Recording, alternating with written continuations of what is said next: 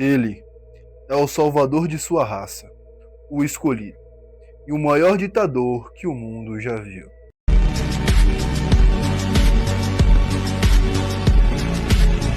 Em Bleach, existem várias referências que permeiam a obra como um todo, mas nenhuma dessas é tão perigosa quanto a referência por trás do Yhwach, pois trata-se do salvador do nosso mundo como um ditador do seu bigode característico.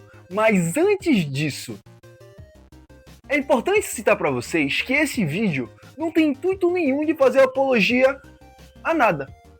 Primeiro, sou contra qualquer tipo de extremismo, seja ele ideológico e religioso. Este vídeo tem um único e exclusivo intuito de falar das referências por trás que o autor de Bleach, Taichi Kubo, escolheu para construir o personagem, no caso o Yhwach. Sabendo disso, lembre-se que existem outras obras que abordam temas complexos. Exemplo, Jovens Sagrados fala de uma relação do Buda com Jesus Cristo. Maus fala dessa situação, entre outras obras que podem ser permeadas. Se vocês quiserem, citem nos comentários. E outra, comentário nesse vídeo, por favor. Vamos ser tranquilos, fazer uma boa comunidade. Let's go! Se seguirmos a linha cronológica do Yhwach, temos uma história similar a uma história de um Messias. Pois, ele é filho de um Deus, carregado por mãos, prometido a uma existência que não faz sentido e contra tudo e todos. Ele cai na Terra, é guiado por um povo e as pessoas ao tocá-lo eram curadas. Isso faz um paralelo direto aos milagres de Cristo. Ele dá um pedaço da sua alma àqueles que o seguem, concedendo-nos uma ideia de poder. E essa ideia de Salvador é compartilhada dos seus seguidores, criando uma pseudo-divindade. Esse povo que o segue, os Quinches, se torna uma raça perseguida, muito similar à perseguição dos hebreus. Eles são caçados, oprimidos, que reforçam a narrativa que todo povo precisa de um Messias. Para quem sabe, um dia esse povo torna-se uma nação soberana. Mas algo muda. Aquele que era Salvador anteriormente se torna algo completamente diferente. Se na história real o ditador era uma raça oposta à judaica, aqui o ditador dos Quincies era o próprio líder dessa raça oprimida. E o Yhwach, assim como um ditador que possui aquele bigode característico, eu posso falar o nome dele, infelizmente, lidera um exército cuja ideologia e vestimenta são nitidamente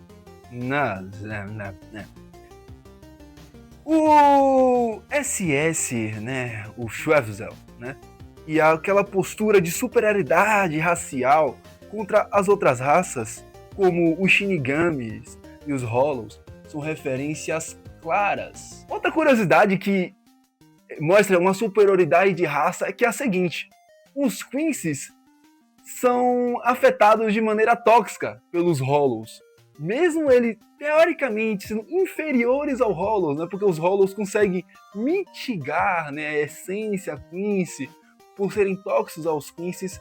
Os Quincies se acham superiores e durante a obra a gente vê os Quincies escravizando os Hollows, até porque a natureza Quincy é uma natureza de extinguir os Hollows. Como eu falei naquele vídeo passado lá do mundo, como o Shinigami faz a transição das almas e tudo, os Quincies não. E o curioso disso é que ele prega a eugenia, né, usando o Auschwallen para aniquilar aqueles que ele considera impuros ou fracos entre seu próprio povo, para absorver o seu poder. Essa é a mentalidade do tipo: eu tô no topo, eu sou a raça pura, e vocês são apenas umas ferramentas para minha ascensão. E agora, tem uma pergunta. E aí? Ele é um ditador ou um messias? É muito interessante a gente pensar nesse tipo, porque a resposta por trás é Taichi Kubo. A única resposta que eu posso dar para vocês. Porque, para Taichi Kubo, em certo momento da obra, ele foi um messias. E depois ele se torna um ditador, né? E ele é um ditador contra o seu próprio povo. O seu povo sofreu, seu povo era caçado pelos Shinigamis. Os Shinigamis pouco importava, aquele Quincy é puro, aquele Quincy é impuro. Não. Aí os Quincies impuros tinham que fugir do Shinigamis e dos Quincies, cara. Isso é o bizarro disso. E ele usava os Quincy's impuros para absorver e ganhar mais poder. Temos umas referências, né, toda a história por trás do Uri Ushida, né, que a gente aprendeu, né? O Uri Ushida sendo um Quincy puro que sobreviveu, aí já mistura com aquele pá do da história do avô, né, aquela teoria que eu falei, mas eu acho improvável. E a gente vai entendendo que a resposta por trás disso é o cubo, né? Porque é essa a única resposta. E sim, a gente consegue entender que, sim, seu início foi muito similar ao início de um Messias, e o seu final foi um final digno de um ditador. E agora ele tá basicamente igual ao seu pai, um deus em forma de pilar, né? Um deus que não fala, não se mexe, não age, não tem vontade própria. Que vai enxergar o povo que tanto defendeu os Quincy's puros, seria isso? Sendo mortos por Shinigamis. Vendo a ascensão de um Quincy impuro. Ou simplesmente Quincy sendo subordinados aos Shinigamis. E deixem nos comentários o que vocês acharam. E deixem nos comentários de maneiras pacíficas se eu estou certo ou se eu estou errado. Deixem nos comentários se alguma outra referência eu anulei. Deixem nos comentários o que você achou desse novo formato de vídeo. E deixem nos comentários melhorias para vídeos futuros. Não se esqueçam de vocês curtirem, comentarem. De novo, comentar não, compartilhar e se inscrever no canal. Muito obrigado a todos vocês e... Bam! Cai! Cara, é muito complexo a gente ficar falando de um cara que ele nasce pra curar e acaba matando. Mas enfim, eu acho que isso é legal. Vai ser um bom vídeo. Valeu. Tamo junto. Falou. Gente, eu tô aqui, né, falando bem no final do vídeo, depois de dar do Pip, que, cara, o Yu Habarra, ele é um personagem tão complexo e tem várias facetas, e eu poderia abordá-lo de várias direções e com outras referências. Agora, no momento da edição, eu acabo percebendo isso. Mas ele é tão complexo que a gente poderia fazer uma obra à parte dele. Poderia, tipo, ter um Bleach 2, cujo protagonista é o Yurrabar, né? E olha que eu nem falei da relação dele com o Zangetsu, tá? Que no caso, essa basicamente história de ser um filho de um Messias, ele é um Messias, né? No caso, o filho de um deus. É muito similar à história do Zangetsu, porque o Yurra do passado, o Rei Quincy do passado, é o Zangetsu.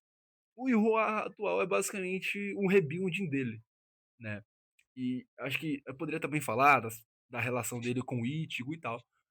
E que o Ichigo basicamente permeia como se fosse um papa ou a existência viva de um Messias, algo assim do tipo, né? Espero que vocês tenham entendido. Mas não quis abordar porque ficaria meio confuso.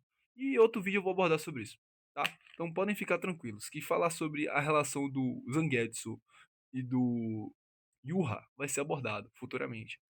E espero que vocês tenham gostado desse vídeo, tá? Não esqueçam de comentar, que é muito importante que vocês comentem.